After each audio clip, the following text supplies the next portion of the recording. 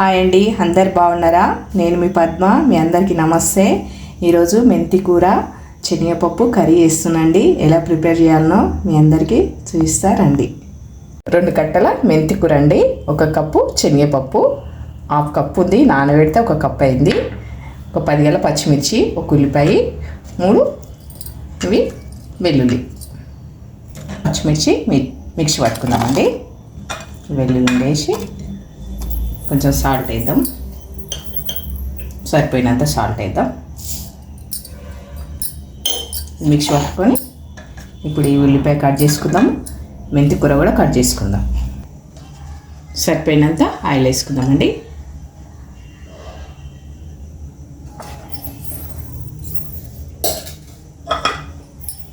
ఇప్పుడు ఉల్లిపాయలు వేసేసుకుందాం.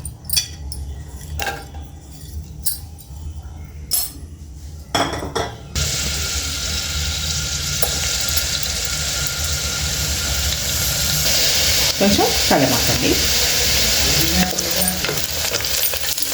ఇప్పుడు కలమాక వేసుకున్నాం కదండి, ఎందుకంటే ఇది మనం మెంతి కూర పప్పు చేసుకుంటున్నాం కదా.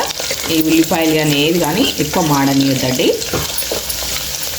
కొంచెం టేస్ట్ కొరకు అల్లం పేస్ట్ అండి.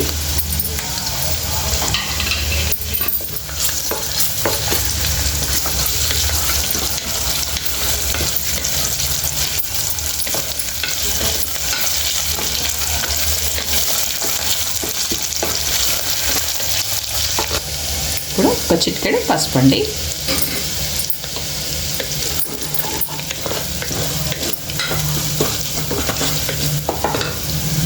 ఇందులో నానబెట్టుకున్నాం కదండి పప్పు, శనగపప్పు.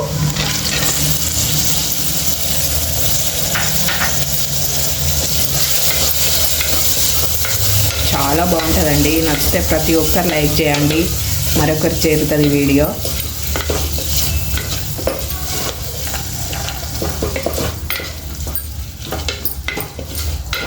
కొద్దిసేపు ఫ్రై కానిద్దామండి. ఇప్పుడు కొంచెం కొత్తిమీర అండి. చూడండి, కొద్దిసేపు ఫ్రై చేసుకుంటున్నాం కదా మనం పప్పు. 1 నిమిషం పాటు ఇట్లా ఫ్రై చేసుకోవాలండి, టేస్ట్ వస్తుంది. ఇప్పుడు మనం పచ్చిమిర్చి కారం వేసుకుందాం. మిక్సీ పట్టేసినాం కదా ఇట్లా. ఇప్పుడు వేసేద్దాం ఎల్లిపాయలు, పచ్చిమిర్చి మనం మిక్సీ పట్టుకున్నాం కదా.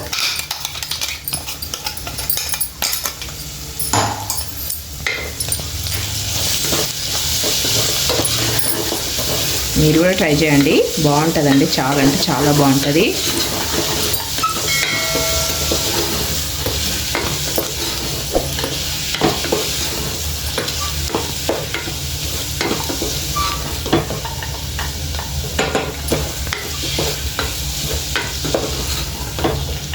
ఆకుకూరలలో పచ్చిమిర్చి కారం వేసుకుంటే చాలా బాగా టేస్ట్ ఉంటుందండి. ఇంకోసేపు ఫ్రై కానీ పచ్చికారం వేసినాం కదా, కొంచెం పచ్చివాసన పోయే వరకు ఫ్రై కానీ, అడుగు పట్టకుండా చూసుకోవాలండి. ఇప్పుడు కొంచెం జీలకర్ర అండి.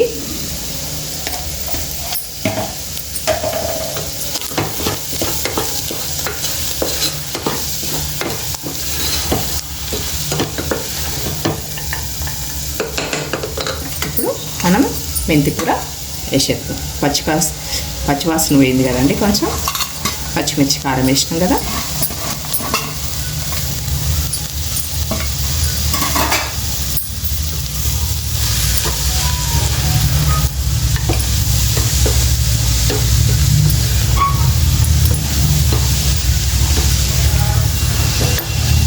ఇది శనగపప్పు కదండి, మనం విజిల్స్ పెట్టుకోవాలి 2 అని నేను ఇందులో కుక్కర్లో వేసినండి. నార్మల్ వండితే ఏమైందంటే శనగపప్పు త్వరగా ఉడకదు, అందుకనే దీంట్లో వేసి చూపిస్తున్నాండి. తొందరగా కావాలనుకుంటే మనం దీంట్లో వేసుకోవాల్సిందేనండి. చూడండి, మనము ఇప్పుడు చపాతీకి కానీ రోటీకి కానీ ఇట్లా మనం ఇట్లనే వేసుకోవచ్చు, ఇట్లా ఫ్రై చేసుకోవచ్చు.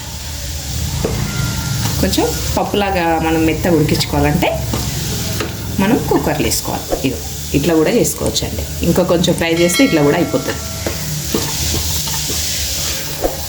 ఇది ఆకుకూర కొంచెం ఫ్రై అయిన తర్వాత కొన్ని వాటర్ వేసుకుందామండి.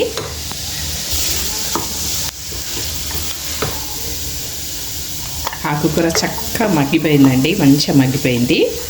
చూడండి, ఇక ఇప్పుడు మనం ఒక టమాటా అండి,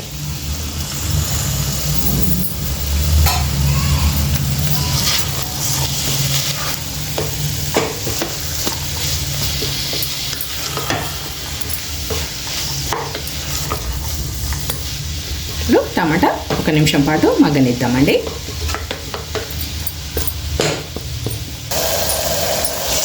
చూడండి, టమాటా వేస్తే కొంచెం మనకు వాటర్ వచ్చేసింది.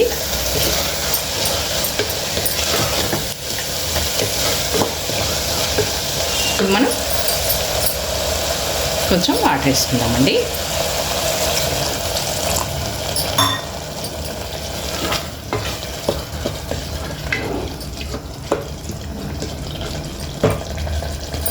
ఒక 3 విజిల్స్ పెట్టుకుందాము. మనకు పప్పు కొంచెం పలుకు కావాలనుకుంటే 2 విజిల్స్ పెట్టుకోవాలండి. కొంచెం పప్పు మనకు మెత్తగా కావాలనుకుంటే 3 విజిల్స్ పెట్టేసుకోవాలండి.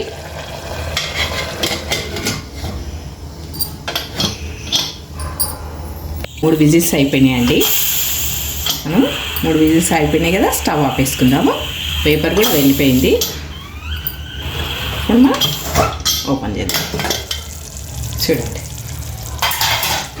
ఎంత బాగా అయిందండి, చూసిరా. మీకు ఇంకా మెత్తగా కావాలనుకుంటే పప్పులు ఉండకూడదు, ఇంకా మెత్తగా కావాలని మీరు అనుకున్నారనుకో మీరు 5 విజిల్స్ అయినా పెట్టుకోవచ్చు. నాకైతే ఇట్లయితే బాగుంటుంది టేస్ట్ అని, బఠానీ కర్రీస్ లాగా ఉంటుందని నేను కొంచెం పప్పులు ఉండేలా వండుతండి. మీకు ఇంకా పప్పు మెత్తగా కావాలి, మాకు ఇట్లా పప్పులు ఉండకూడదు అనుకుంటే మీరు 5 విజిల్స్ పెట్టుకోవచ్చు, లేదంటే 4 విజిల్స్ పెట్టుకోవచ్చు. నేను 3 కొద్దిసేపు ఫ్రై చేసిన తర్వాత 3 విజిల్స్ పెట్టినా కదా, మీరు ఎన్నైనా పెట్టుకోవచ్చు, మీ చాయిస్ అది. ఇప్పుడు మనం కొంచెం కొత్తిమీర చేద్దాం.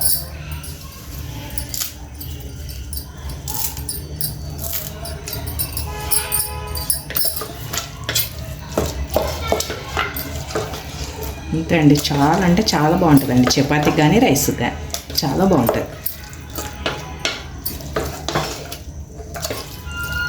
మెంతి కూర శనగపప్పు కర్రీ మీరు తయారు చేయంగా చూసారు కదండి. మీకు నచ్చినట్టయితే లైక్ చేయండి, షేర్ చేయండి, కామెంట్ చేయండి. నా వీడియో చూసిన వాళ్ళందరికీ ప్రత్యేకంగా ధన్యవాదాలండి.